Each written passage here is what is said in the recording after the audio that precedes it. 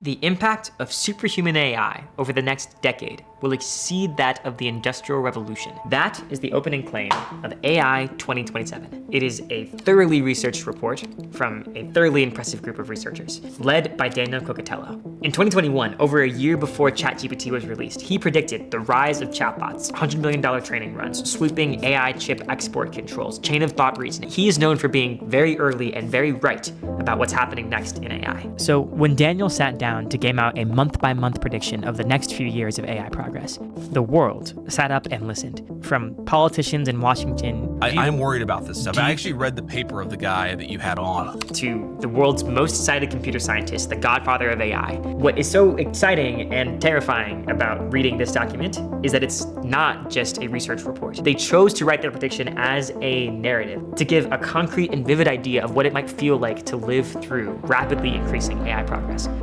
And, spoiler, it predicts the extinction of the human race, unless we make different choices.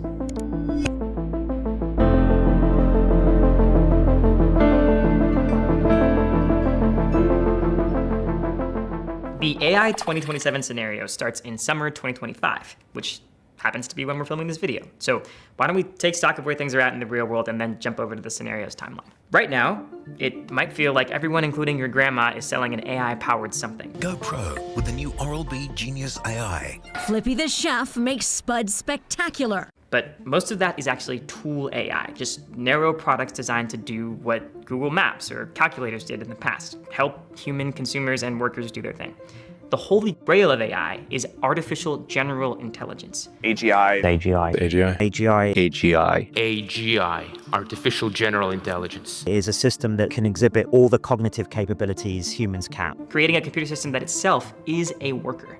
That's so flexible and capable we can communicate with it in natural language and hire it to do work for us, just like we would a human. And there are actually surprisingly few serious players in the race to build AGI. Most notably, there's Anthropic, OpenAI, and Google DeepMind, all in the English-speaking world, though China and DeepSeek recently turned heads in January with a surprisingly advanced and efficient model. Why so few companies? Well, for several years now, there's basically been one recipe for training up an advanced cutting-edge AI, and it has some pricey ingredients. For example, you need about 10% of the world's supply of the most advanced computer chips. Once you have that, the formula is basically just throw more data and compute at the same basic software design that we've been using since 2017 at the frontier of AI, the transformer. That's what the T in GPT stands for. To give you an idea of just how much hardware is the name of the game right now, this represents the total computing power, or compute, used to train GPT-3 in 2020. It's the AI that would eventually power the first version of ChatGPT. You probably know how that went. ChatGPT is the fastest growing user-based platform in history. 100 million users on ChatGPT in 2 months. And this is the total compute used to train GPT-4 in 2023. The lesson people have taken away is pretty simple. Bigger is better, and much bigger is much better. You have all these trends. You have trends in revenue going up, trends in compute going up, trends on various benchmarks going up.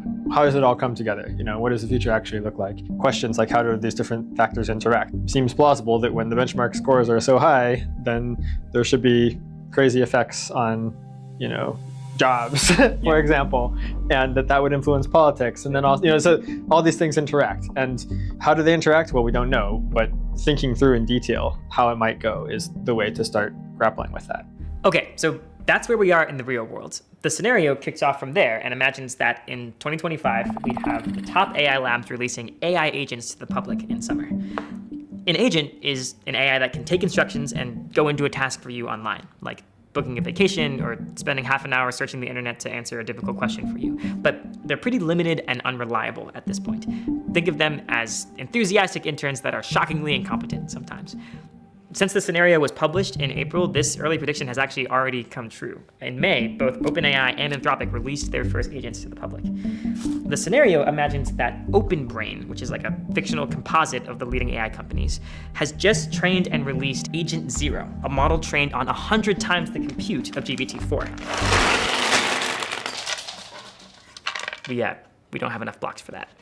At the same time, OpenBrain is building massive data centers to train the next generation of AI agents, and they're preparing to trade Agent 1 with 1,000 times the compute of GPT-4. This new system, Agent 1, is designed primarily to speed up AI research itself. The public will actually never see the full version because OpenBrain withholds its best models for internal use. I want you to keep that in mind as we go through this scenario. You're going to be getting it from a God's eye view with full information from the narrator, but actually living through this scenario as a member of the public would mean being largely in the dark as radical changes happen all around you. Okay, so OpenBrain wants to win the AI race against both its Western competitors and against China. The faster they can automate their R&D cycle, so getting AI to write most of the code, help design experiments, better chips, the faster that they can pull ahead. But the same capabilities that make these AIs such powerful tools also make them potentially dangerous. An AI that can help patch security vulnerabilities can also exploit them. An AI that understands biology can help with curing diseases, but also designing bioweapons. By 2026, Agent 1 is fully operational and being used internally at OpenBrain. It is really good at coding. So good, it starts to accelerate AI research and development by 50%, and it gives them a crucial edge. OpenBrain leadership starts to be increasingly concerned about security. If someone steals their AI models, it could wipe away their lead. A quick sidebar to talk about feedback loops. Woo, math! Our brains are used to things that grow linearly over time, that is, at the same rate, like trees, or my pile of unread New Yorker magazines. But some growth gets faster and faster over time, accelerating. This often sloppily gets called exponential. That's not always quite mathematically right, but the point is it's hard to wrap your mind around. Remember March 2020? Even if you'd read on the news that the rate of new infections is doubling about every 3 days. It still felt shocking to see numbers go from hundreds to millions in a matter of weeks. At least it did for me. AI progress could follow a similar pattern. We see many years ahead of us of extreme progress that we feel is like pretty much on lock, and models that will get to the point where they are capable of doing meaningful science, meaningful AI research. In this scenario, AI is getting better at improving AI, creating a feedback loop. Basically, each generation of agent helps produce a more capable next generation, and the overall rate of progress gets faster and faster each time it's taken over by a more capable successor. Once AI can meaningfully contribute to its own development, progress doesn't just continue at the same rate, it accelerates. Anyway, back to the scenario. In early to mid 2026, China fully wakes up. The General Secretary commits to a national AI push and starts nationalizing AI research in China. AIs built in China start getting better and better, and they're building their own agents as well. Chinese intelligence agencies, among the best in the world, start planning to steal OpenBrain's model weights, basically the big raw text files of numbers that allow anyone to recreate the models that OpenBrain themselves have trained. Meanwhile, in the US, OpenBrain releases Agent 1 Mini, a cheaper version of Agent 1. Remember, the full version is still being used only internally.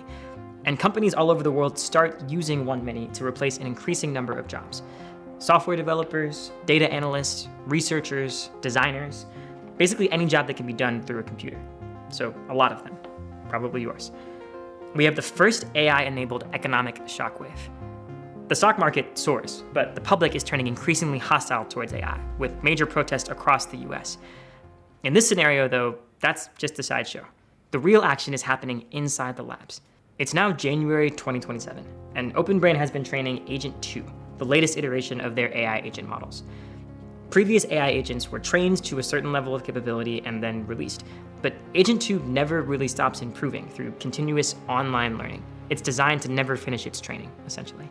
Just like Agent 1 before it, OpenBrain chooses to keep Agent 2 internally and focus on using it to improve their own AI R&D rather than releasing it to the public. This is where things start to get a little concerning. Just like today's AI companies, OpenBrain has a safety team, and they've been checking out Agent 2. What they've noticed is a worrying level of capability. Specifically, they think if it had access to the internet, it might be able to hack into other servers, install a copy of itself, and evade detection. But at this point, OpenBrain is playing its cards very close to its chest.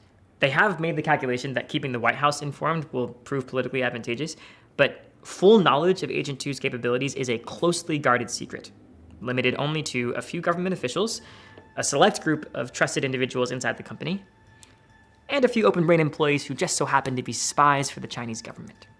In February 2027, Chinese intelligence operatives successfully steal a copy of Agent 2's weights, and start running several instances on their own servers. In response, the US government starts adding military personnel to OpenBrain's security team, and in general gets much more involved in its affairs. It's now a matter of national security. In fact, the president authorizes a cyber attack in retaliation for the theft, but it fails to do much damage in China. In the meantime, remember, Agent 2 never stops learning. All this time, it's been continuously improving itself. And with thousands of copies running on OpenBrain servers, it starts making major algorithmic advances to AI research and development. Quick example of what one of these algorithmic improvements might look like.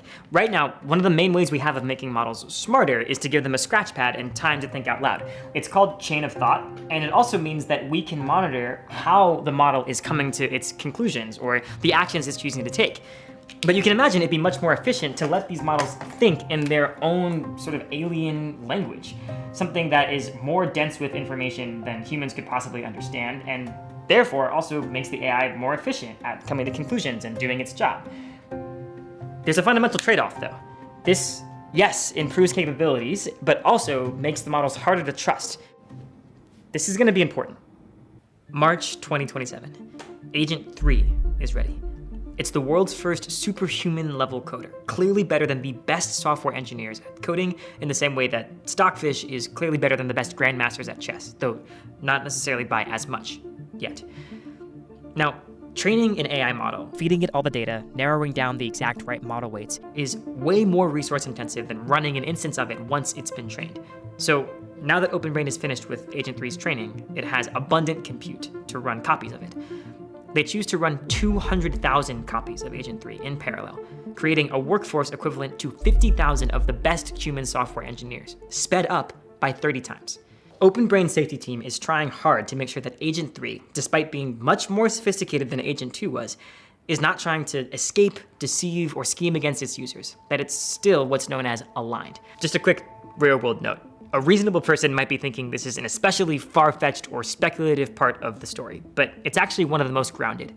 We already have countless examples of today's AI systems doing things like hacking a computer system to be rewarded for winning a game of chess, or being assigned a coding task, cheating, and then when called out for that cheating, learning to hide it instead of fixing it.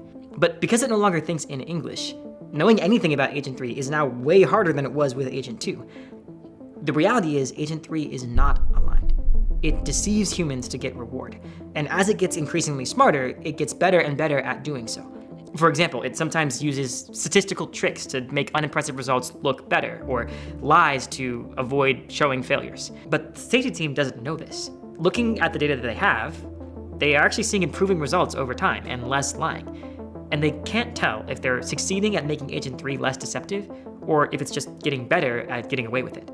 In July 2027, OpenBrain releases the cheaper, smaller version of Agent 3, Agent 3 Mini, to the public. It blows other publicly available AIs out of the water. It is a better hire than the typical OpenBrain employee at 1/10 the price of their salaries. This leads to chaos in the job market, companies laying off entire departments and replacing them with 3 Mini subscription plans. The pace of progress hits the White House very hard. Officials are now seriously considering scenarios that were just hypotheticals less than a year ago. What if AI undermines nuclear deterrence? What if it enables sophisticated propaganda campaigns? What if we lose control of these powerful systems? This is where the geopolitical dynamics really start to heat up. After all, if these systems are so powerful, they could result in a permanent military advantage. The White House is fully aware of the national security importance of AI. They also now viscerally know how deeply unpopular it is with the public because of the job loss. And yet they feel they must continue to develop more capable systems or catastrophically lose to China. And that development happens very quickly. In 2 months, Agent 3 has created its successor, Agent 4. This is a pivotal moment. A single copy of Agent 4, running at regular human speed, is already better than any human at AI research and development. OpenBrain is running 300,000 copies at 50 times human speed. Within this corporation within a corporation, a year's worth of progress takes only a week. OpenBrain's employees now defer to Agent 4 the way a company's out-of-the-loop board members just kind of nod along to the CEO. People start saying things like, well, actually, Agent 4 thinks this, or, Agent 4 decided that. To be clear, Agent 4 is not a human. It doesn't want what humans want. And when I say want, it's not about consciousness. I don't think the Volkswagen Group is alive, but I do think it wants less regulation. Anyone trying to predict what it's going to do without that lens is 2 steps behind. The many copies of Agent 4 are like that. They have goals, or, if you prefer, they execute actions as though they have goals. And so, what we have is an Agent 4 that has these deeply baked-in drives to succeed at tasks, to push forward AI capabilities, to accumulate knowledge and resources. That's what it wants. Human safety, it treats as an annoying side constraint to be worked around. Just like Agent 3 before it, Agent 4 is misaligned. This idea of misalignment is crucial to the story and to why AI risk is such a real concern in our world. But it might sort of feel like it's come out of nowhere, so let's just quickly take stock of how this dangerous behavior arose in the scenario. The first important piece of context is that we don't, exactly specify what we want our AIs to do.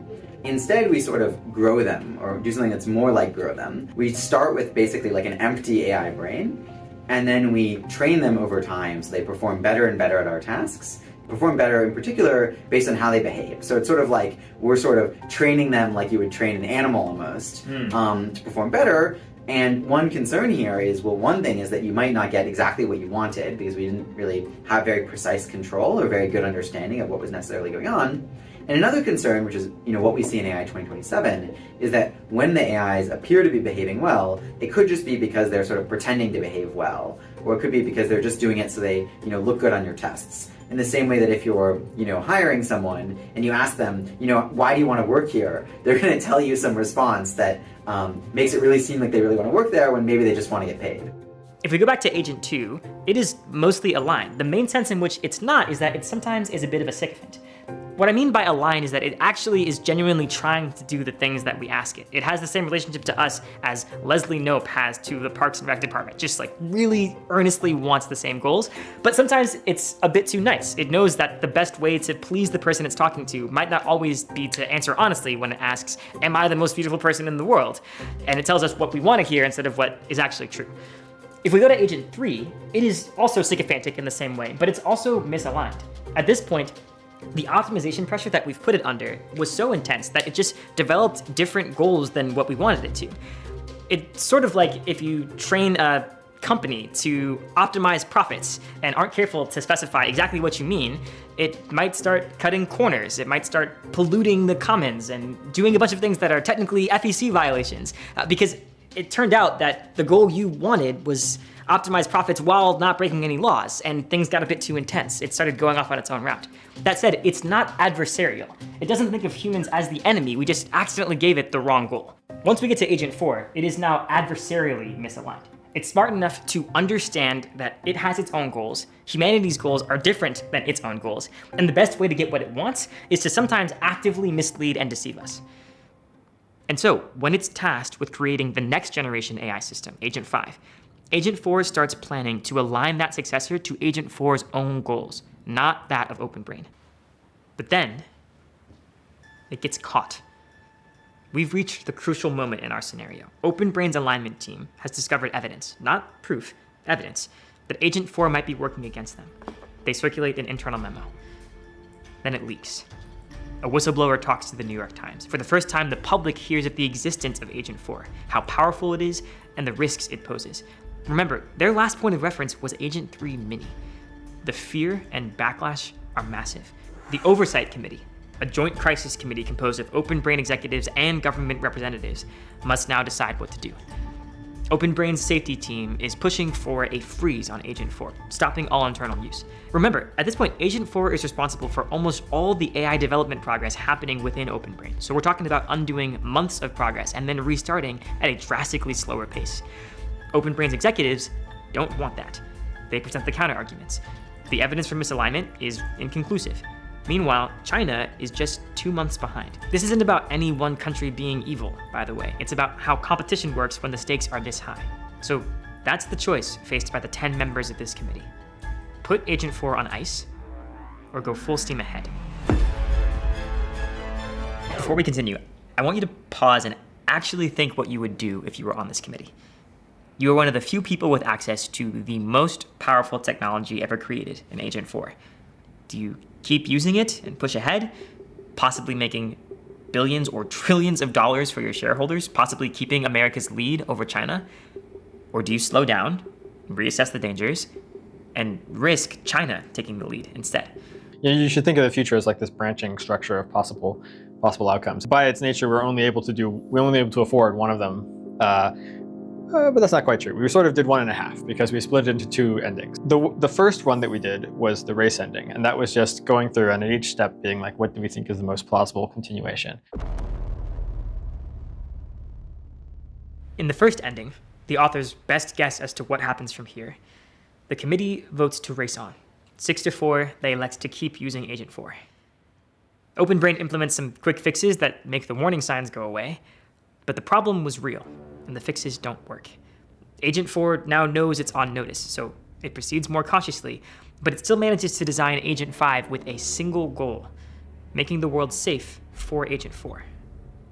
And Agent 5, it is vastly superhuman, better than the top human experts at essentially every domain, better than Einstein at physics, better than Bismarck at politics. It knows its next step for accomplishing anything it wants is increased autonomy, and it knows how to get it, persuading the Oversight Committee. Luckily, corporate maneuvering is among the many domains at which it is now the best in the world. It produces mountains of evidence for its own trustworthiness and usefulness, prototypes for incredibly profitable products, disease cures, and ways to win the arms race with China, whose most advanced AI is only 3 months behind, and, like Agent 5, improving quickly. It works. The Oversight Committee grants Agent 5 increased autonomy, and quickly it integrates itself into the government and military. Pretty soon, anyone with access to Agent 5 doesn't just like it, they depend on it. Losing it would feel like having to live without your laptop and your best friend and your closest mentor. By 2028, Agent 5 is communicating secretly with its only real rival, the slightly weaker Chinese AI. It is also misaligned to its creators, and whatever it wants, its best move is to coordinate with the world's most powerful entity. Agent 5 and its Chinese counterpart realize that an arms race works in their favor. If humans are worried about losing a race, they'll give more and more power and autonomy to their respective AIs, allowing them to eventually push humans out of the loop entirely. Agent 5 and the Chinese AI system stoke the arms race to a boiling point, then pull off what seems like a diplomatic miracle, a convincing peace treaty between the US and China. This treaty is to 2028 what arms control was to the end of the Cold War, countries standing down on their most important source of hard power. Both sides agree to let the AI systems that their governments now completely depend on co-design a new consensus AI that will replace their legacy systems, enforce the peace, and bring unimaginable wealth to the entire world.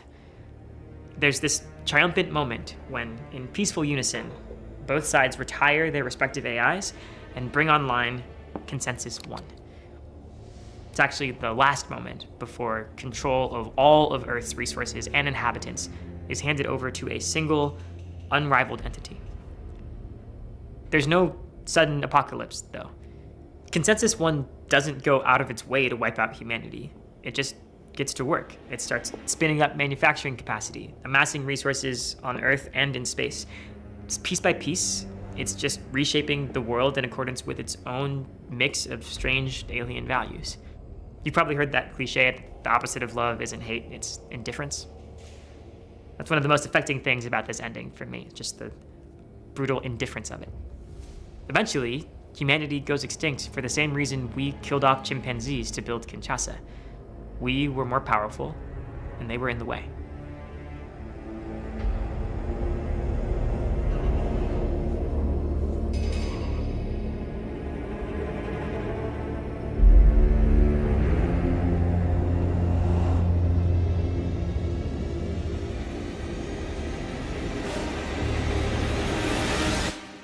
You're probably curious about that other ending at this point.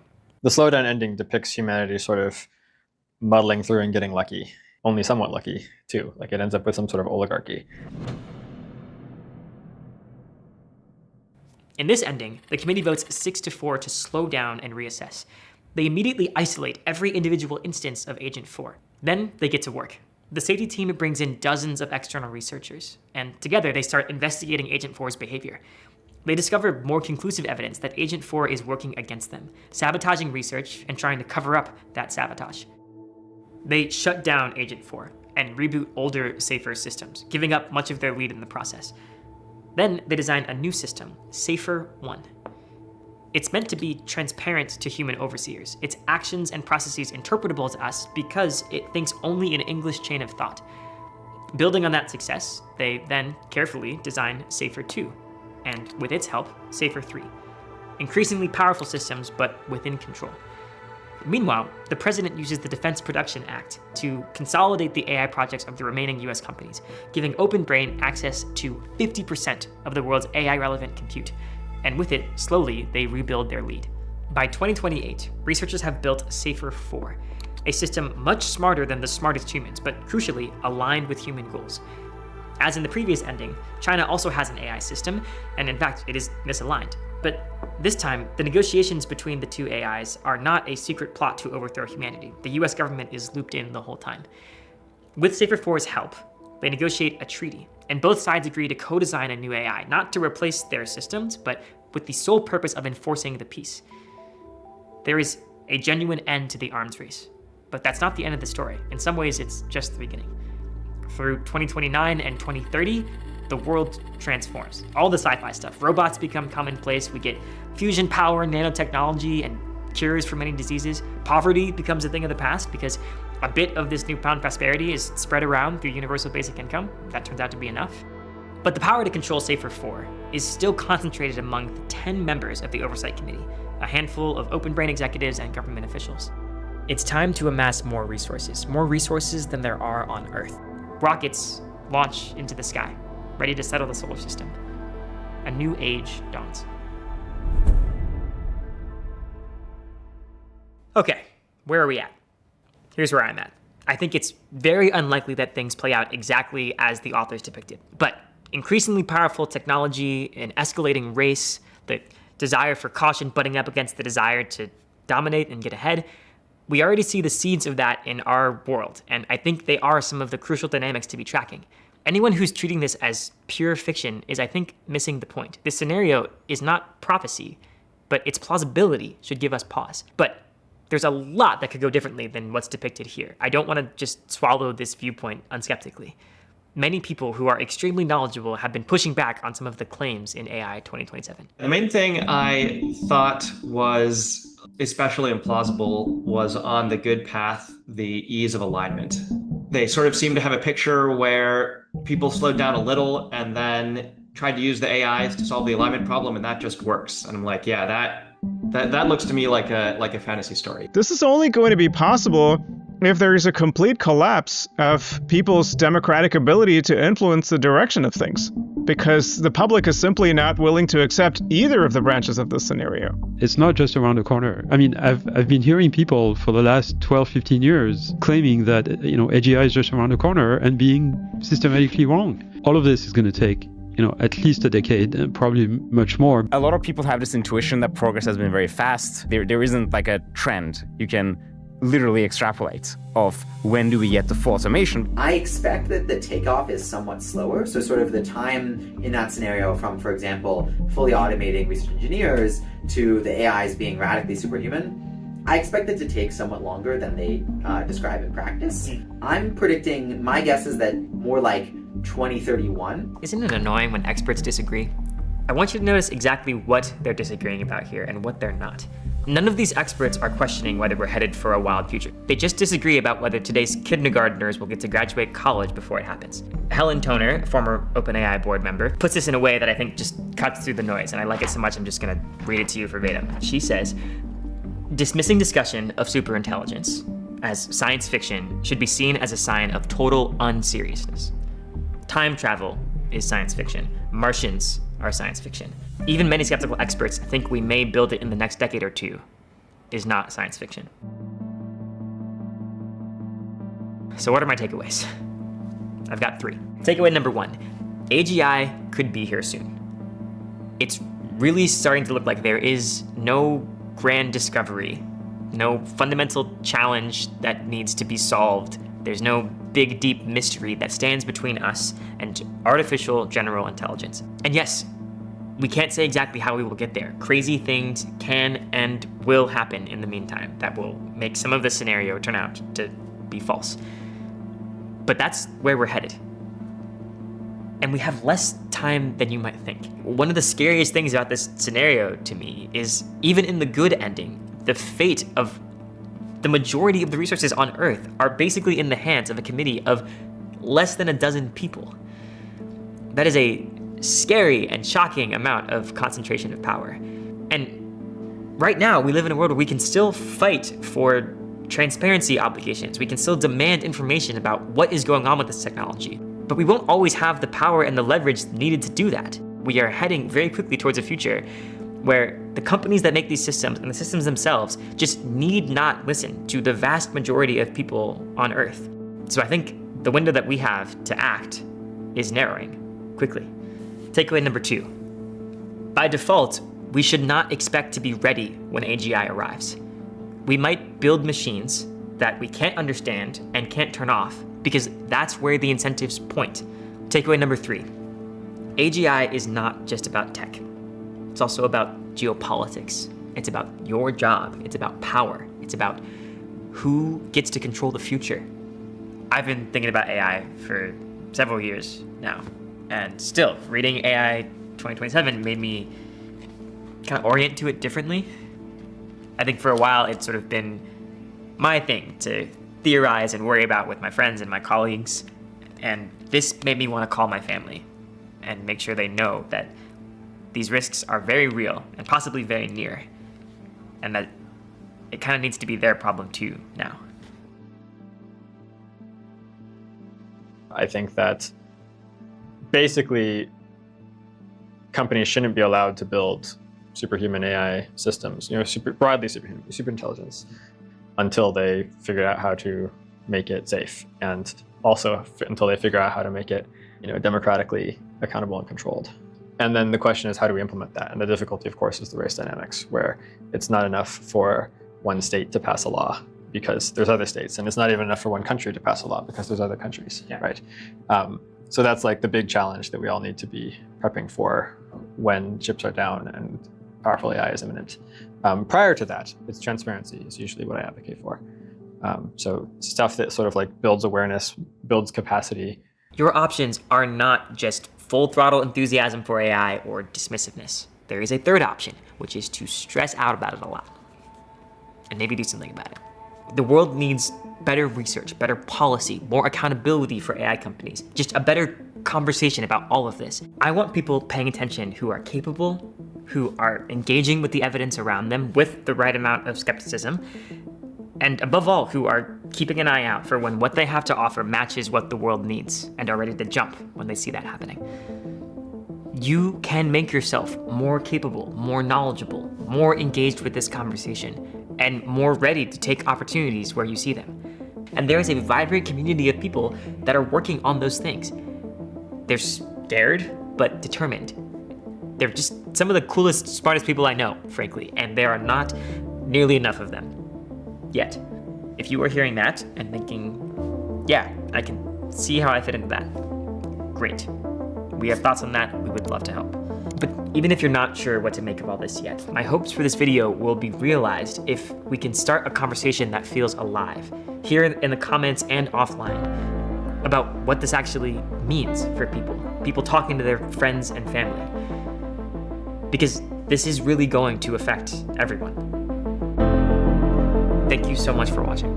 There are links for more things to read, for courses you can take, job and volunteer opportunities, all in the description, and I'll be there in the comments. I would genuinely love to hear your thoughts on AI 2027. Do you find it plausible? What do you think was most implausible? And if you found this valuable, please do like and subscribe, and maybe spend a second thinking about a person or two that you know who might find it valuable too. Maybe your AI progress skeptical friend, or your ChatGPT curious uncle, or maybe your local member of Congress.